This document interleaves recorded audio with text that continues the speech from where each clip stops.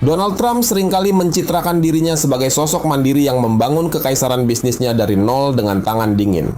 Namun, kenyataan di balik layar justru menunjukkan bahwa ia adalah produk murni dari nepotisme dan hak istimewa keluarga. Sejak awal karirnya, ia sangat mengandalkan jalur belakang serta koneksi politik ayahnya, Fred Trump, untuk melompati berbagai aturan hukum. Tanpa pengaruh besar sang ayah di kalangan pejabat tinggi, Donald itu mungkin tidak akan pernah memiliki panggung untuk bermanuver di Manhattan. Ia memulai langkahnya bukan dengan keringat sendiri, melainkan di atas karpet merah yang sudah digelar rapi oleh dinasti keluarganya. Segala taktik gelap dan manipulasi kekuasaan ini sebenarnya sudah terekam jelas dalam sebuah karya yang sempat disenyapkan. Film dokumenter berjudul Trump, What's the Deal? Memberikan potret yang sangat kritis terhadap kehidupan dan metode bisnis sang mogul. Meski awalnya diproduksi pada tahun 1991, film ini tidak pernah ditayangkan secara luas hingga akhirnya muncul kembali pada tahun 2016. Dokumenter ini membongkar bagaimana Trump beroperasi pada masa kejayaannya di tahun 1980-an hingga krisis keuangannya di awal 1990-an. Melalui rekaman tersebut, kita bisa melihat bahwa perilaku kontroversialnya saat ini bukanlah sebuah fenomena baru. Fred Trump bukanlah sekadar pengusaha properti biasa di wilayah Brooklyn, melainkan seorang tokoh yang memiliki kedekatan luar biasa dengan para politikus. Hubungan Fred dengan para wali kota dan gubernur saat itu menjadi kunci utama bagi Donald untuk mendapatkan izin proyek yang mustahil bagi pengembang lain. Melalui koneksi ayahnya, Donald berhasil mendapatkan keringanan pajak senilai ratusan juta dolar saat ia masih berusia sangat muda. Ia belajar sejak dini bahwa di New York, hukum dan aturan bisa ditekuk jika Anda mengenal orang yang tepat di pemerintahan. Warisan koneksi inilah yang menjadi fondasi utama bagi setiap gedung pencakar langit yang kini menyandang namanya. Pada usia 28 tahun, Donald sudah mulai bermanuver mengambil alih aset-aset raksasa milik perusahaan kereta api yang bangkrut. Ia tidak datang dengan modal besar yang sah, melainkan dengan surat rekomendasi dan jaminan nama besar Fred Trump. Para pejabat kota saat itu seolah-olah dipaksa memberikan restu karena pengaruh politik yang dimiliki oleh keluarga besar Trump. Donald belajar untuk tidak takut pada birokrasi karena ia tahu ayahnya selalu berdiri di belakang untuk membereskan masalah. Inilah awal mula terbentuknya mentalitas seorang mogul yang merasa dirinya berada di atas aturan hukum yang berlaku bagi warga biasa. Meskipun ia sering membual tentang keberhasilannya melakukan negosiasi yang hebat, realitasnya seringkali jauh dari kata adil. Donald menggunakan pengaruh politiknya untuk memastikan bahwa setiap kontrak yang ia tanda tangani selalu memberikan keuntungan maksimal bagi dirinya sendiri. Ia tidak segan-segan menekan para pejabat publik dengan memanfaatkan dana kampanye yang sudah dikucurkan oleh keluarga Trump. Praktik nepotisme ini membuat persaingan bisnis properti di Manhattan saat itu menjadi sangat tidak sehat dan penuh dengan intrik. Bagi Donald, kesuksesan bukan tentang seberapa baik kualitas bangunan yang ia buat, melainkan seberapa kuat koneksi yang ia pegang. Keberhasilan Trump dalam mengubah wajah kota New York sebenarnya adalah hasil dari subsidi publik yang sangat masif. Ia berhasil mengakali aturan pembangunan rumah murah hanya untuk membangun hotel mewah dan apartemen bagi kaum kaya raya. Tanpa campur tangan politikus yang sudah dijinakkan oleh ayahnya, proyek-proyek ambisius tersebut mungkin tidak akan pernah mendapatkan izin mendirikan bangunan. Donald menjadi ahli dalam mencari celah hukum dan memanfaatkannya demi akumulasi kekayaan pribadinya sendiri. Hal ini menunjukkan bahwa ia telah terbiasa memanipulasi kebijakan publik jauh sebelum ia terjun secara resmi ke dunia politik praktis. Dokumenter Trump, What's the Deal? Juga menyoroti bagaimana Donald seringkali menggunakan nama besar ayahnya sebagai alat intimidasi terhadap lawan bisnis. Ia tidak ragu untuk menyeret pengacara-pengacara tangguh demi melindungi hak istimewa yang ia dapatkan dari jalur belakang. Setiap kali aturan hukum mulai menghalangi ambisinya, ia akan segera menelepon koneksi politiknya untuk mencari perlindungan. Pola ini terus berulang dan membentuk karakter Donald sebagai spekulan yang sangat bergantung pada perlindungan kekuasaan. Ia tumbuh menjadi sosok yang percaya bahwa setiap masalah bisa diselesaikan dengan uang dan pengaruh orang dalam. Kita juga tidak bisa mengabaikan peran pengacara Roy Cohn yang menjadi jembatan antara Trump dan lingkaran kekuasaan yang lebih gelap. Melalui Cohn, Trump semakin lihai dalam mengelola hubungan antara bisnis, politik, dan aparat penegak hukum yang bisa disuap. Ayahnya, Fred Trump, telah memberikan modal awal berupa jaringan yang sangat kuat untuk memastikan putra kesayangannya tidak pernah benar-benar gagal.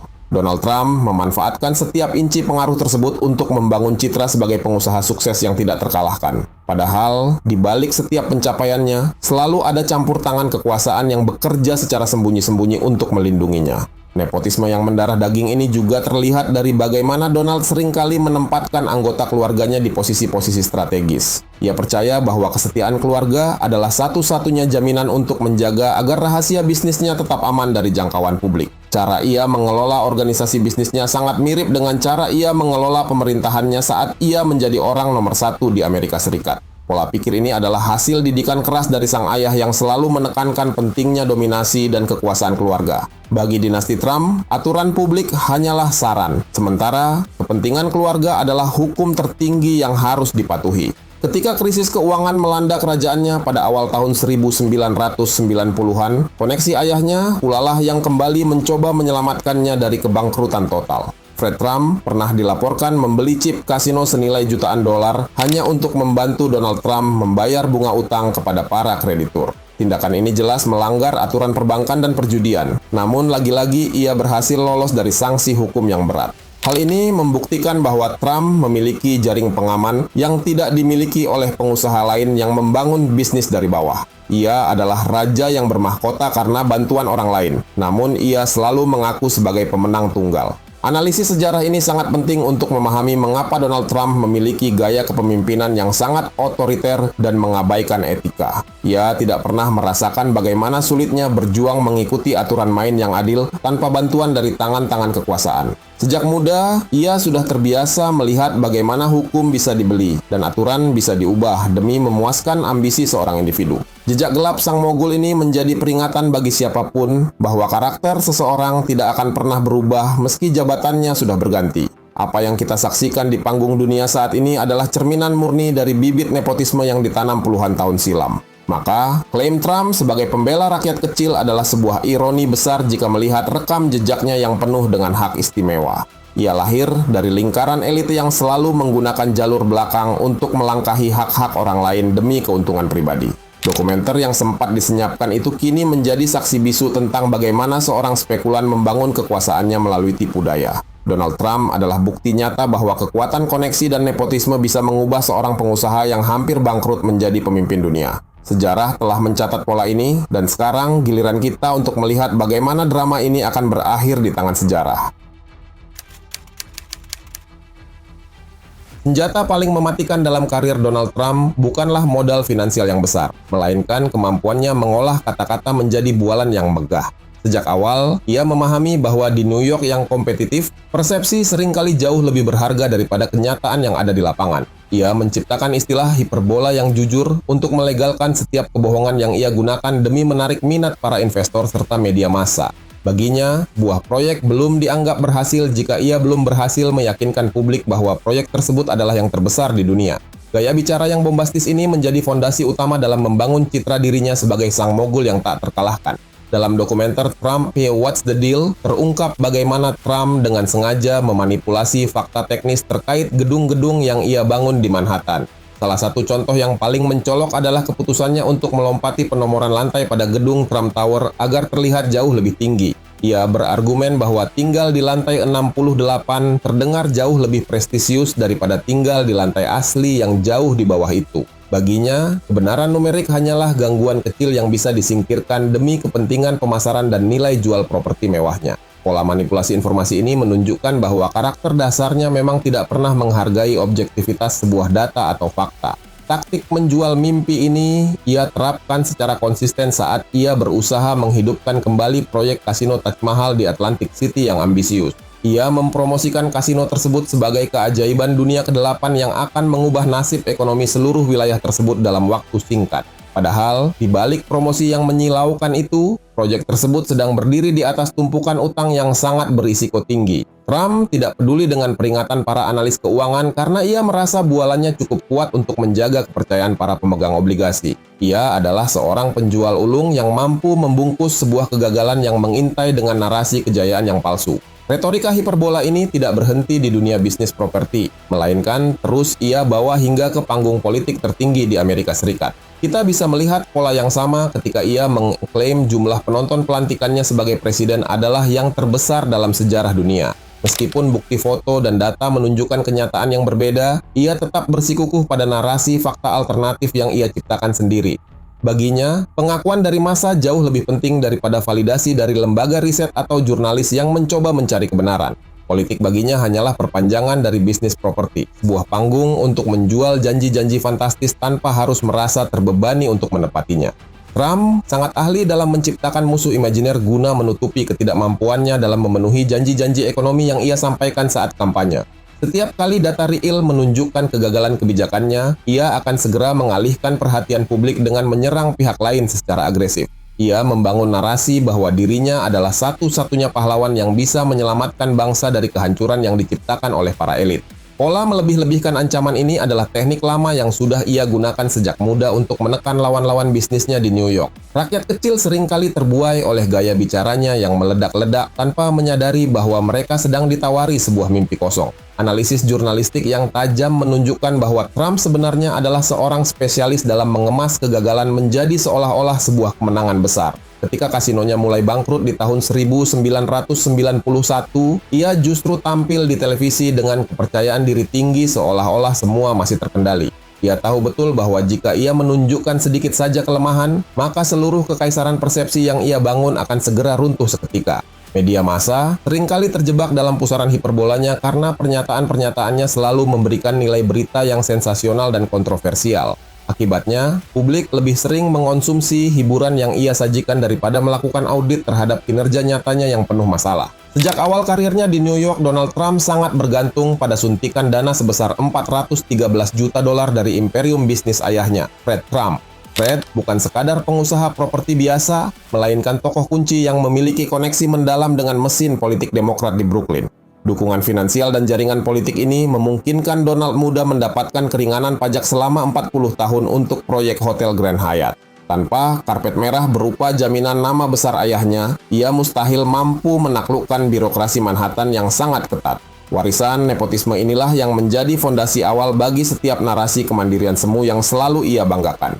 Memasuki era 1980-an, Trump mulai mengasah teknik hiperbola yang jujur melalui proyek mercusuar seperti Trump Tower di Fifth Avenue.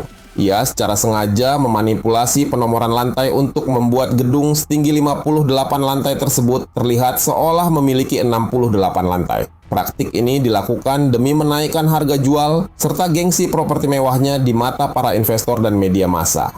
Baginya, kebenaran numerik hanyalah sebuah gangguan kecil yang bisa dikompromikan demi kepentingan pemasaran dan nilai jual.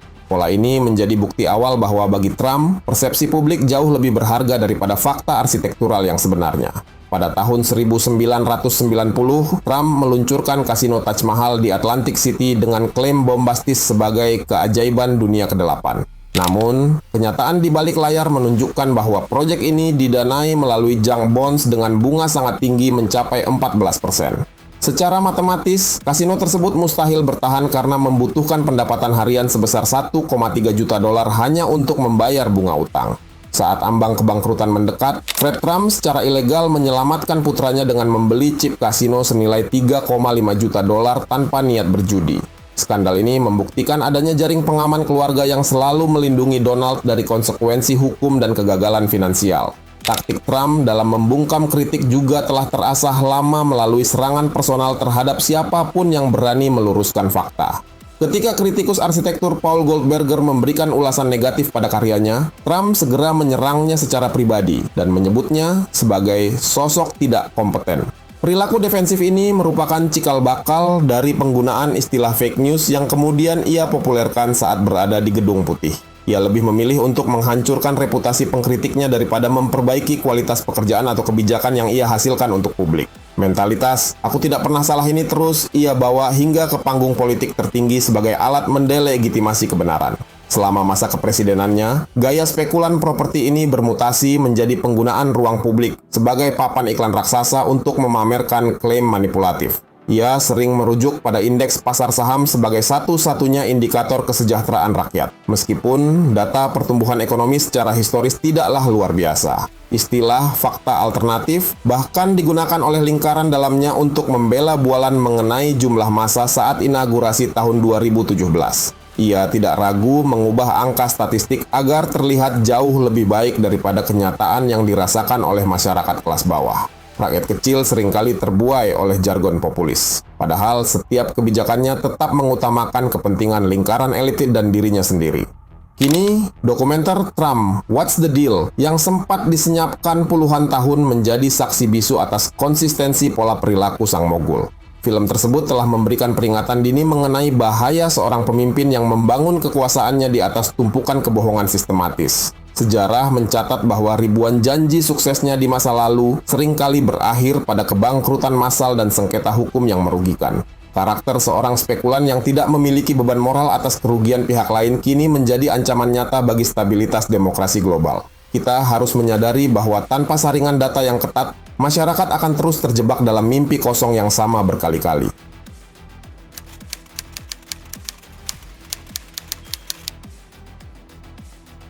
Di balik kemegahan pilar marmer gedung-gedungnya, terdapat sejarah kelam eksploitasi manusia yang sengaja ditutupi dari pandangan publik. Donald Trump membangun kerajaannya bukan dengan prinsip keadilan, melainkan dengan menekan hak-hak pekerja kecil demi keuntungan maksimal. Dokumenter Trump, What's the Deal, mengungkap bahwa pembangunan Trump Tower melibatkan praktik ketenaga kerjaan yang sangat tidak manusiawi. Bagi sang mogul, tenaga kerja seringkali hanya dianggap sebagai komponen biaya yang harus ditekan habis-habisan. Pola dingin ini menjadi bukti awal bahwa karakter aslinya tidak memiliki empati terhadap nasib rakyat yang membangun mimpinya.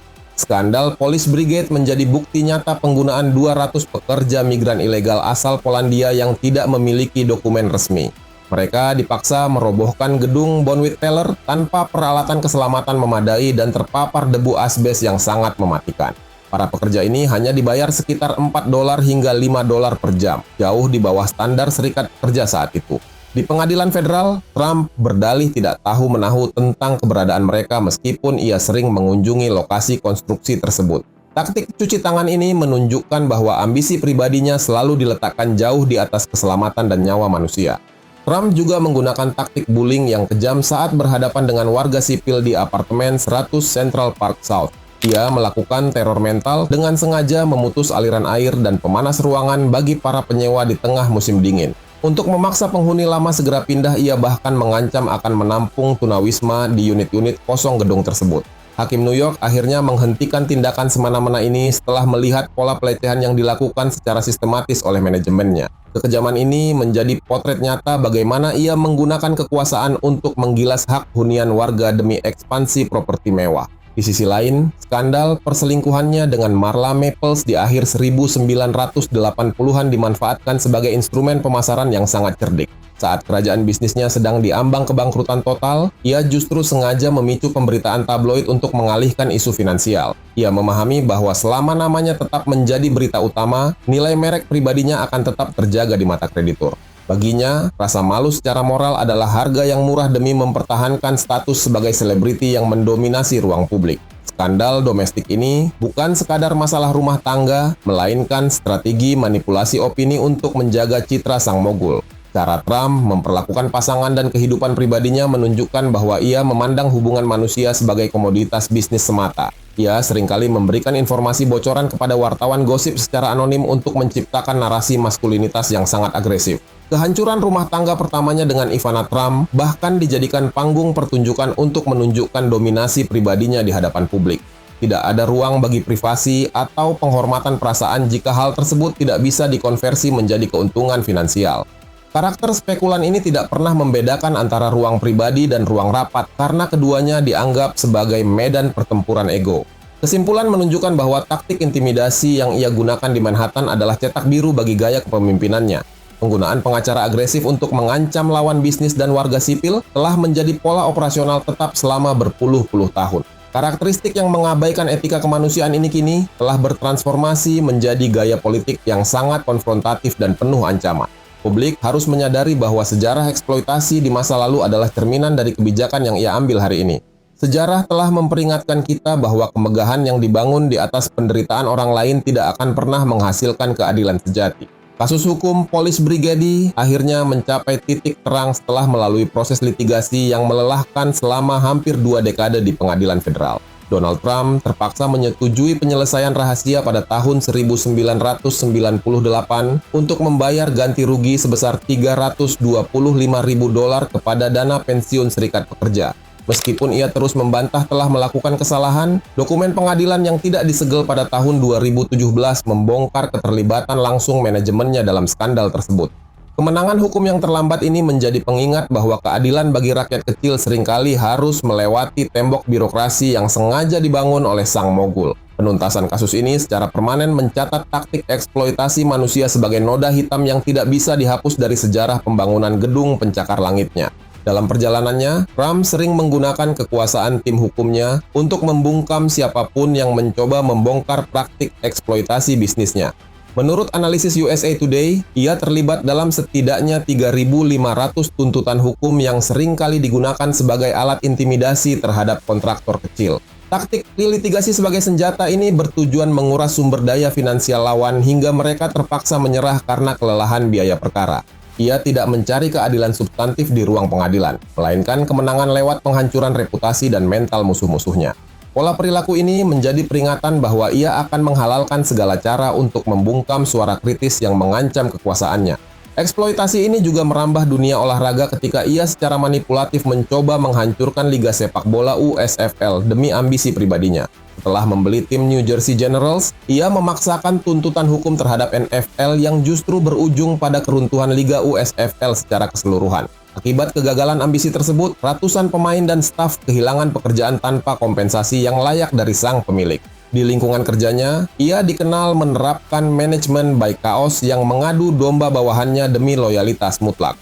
Bagi Trump, loyalitas adalah jalan satu arah di mana semua orang harus setia kepadanya, namun ia tidak memiliki kewajiban serupa.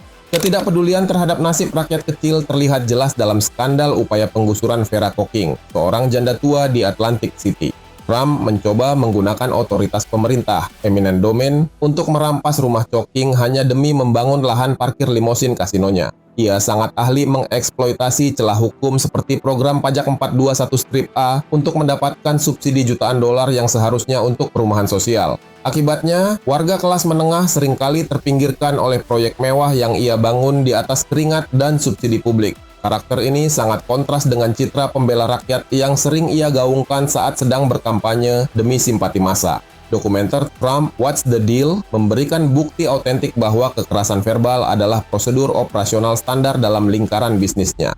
Ia tidak segan menghina fisik dan latar belakang bawahannya di depan umum untuk menegaskan dominasi kekuasaannya yang absolut.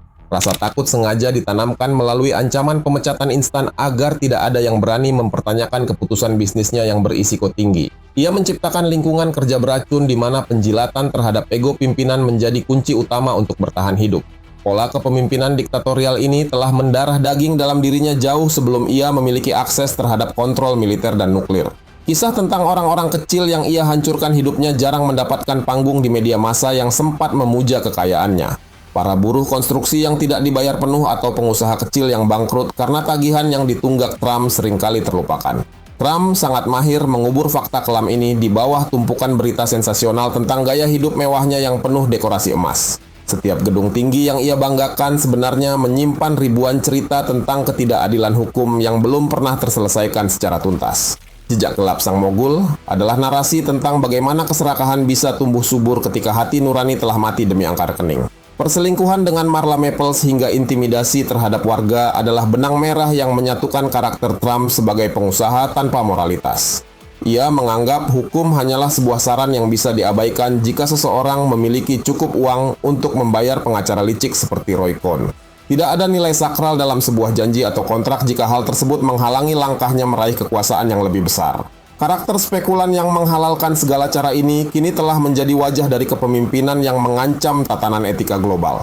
Publik dunia perlu menyadari bahwa kemegahan yang ia pamerkan adalah hasil dari sistem penindasan yang ia bangun secara rapi. Menutup bagian ini, kita diingatkan bahwa apa yang kita saksikan di panggung politik internasional adalah kelanjutan drama intimidasi dari Manhattan. Trump tidak pernah belajar menghormati martabat orang lain karena ia merasa dirinya adalah pusat dari seluruh alam semesta. Eksploitasi terhadap rakyat kecil adalah taktik yang kini ia kemas dalam bungkus diplomasi dan kebijakan publik yang terlihat berwibawa. Sejarah mencatat bahwa di balik setiap menara yang menjulang tinggi, selalu ada jeritan keadilan yang sengaja dibungkam oleh tangan dinginnya. Kini, saat ia memegang kekuasaan yang jauh lebih besar, pola bully ini telah menjadi ancaman nyata bagi martabat kemanusiaan. Memasuki babak akhir dari sejarah panjang Donald Trump, kita melihat bagaimana karakter manipulatif yang terbentuk di belantara beton New York kini bermutasi menjadi ancaman nyata bagi stabilitas dunia. Donald Trump telah membawa gaya manajemen propertinya yang serampangan ke dalam ruang oval Gedung Putih, mengelola sebuah negara besar seolah-olah sedang mengelola kasino yang diambang kebangkrutan. Ia tidak lagi sekadar berjudi dengan uang para kreditur, melainkan sedang mempertaruhkan keamanan global lewat kebijakan luar negeri yang impulsif dan tidak terukur. Dunia kini dipaksa menyaksikan bagaimana seorang spekulan yang gemar memicu konflik personal, memulai ketegangan dan peperangan di berbagai belahan bumi demi kepentingan ego pribadinya. Karakter yang terbiasa hidup dalam kekacauan ini merasa bahwa dunia harus berada dalam kondisi yang sama agar ia tetap bisa memegang kendali. Pola manipulasi informasi yang ia gunakan sejak muda kini mencapai puncaknya melalui skandal-skandal yang melibatkan pelanggaran hukum dan etika yang sangat berat. Kasus suap terhadap seorang bintang film dewasa bernama Stormy Daniels menjadi bukti autentik bahwa Trump tetap menggunakan jalur belakang dan uang haram untuk menutupi jejak-jejak moralnya yang kotor demi ambisi kekuasaan. Ia tidak segan menggunakan dana yang seharusnya diatur secara transparan dalam kampanye politik untuk membungkam suara-suara yang dianggap bisa merusak citranya sebagai pemimpin moral. Skandal ini bukan sekadar masalah perselingkuhan biasa, melainkan cerminan dari watak seorang penipu yang merasa hukum bisa dibeli dengan segepok uang tutup mulut. Baginya, integritas adalah hambatan yang bisa disingkirkan dengan transaksi di bawah meja, sebuah kebiasaan yang sudah ia asah sejak pertama kali ia mengakali aturan pajak di Manhattan. Namun, bagian paling gelap dari sejarah sang mogul adalah jejak kedekatannya dengan lingkaran predator elite yang terekam dalam berkas-berkas Jeffrey Epstein.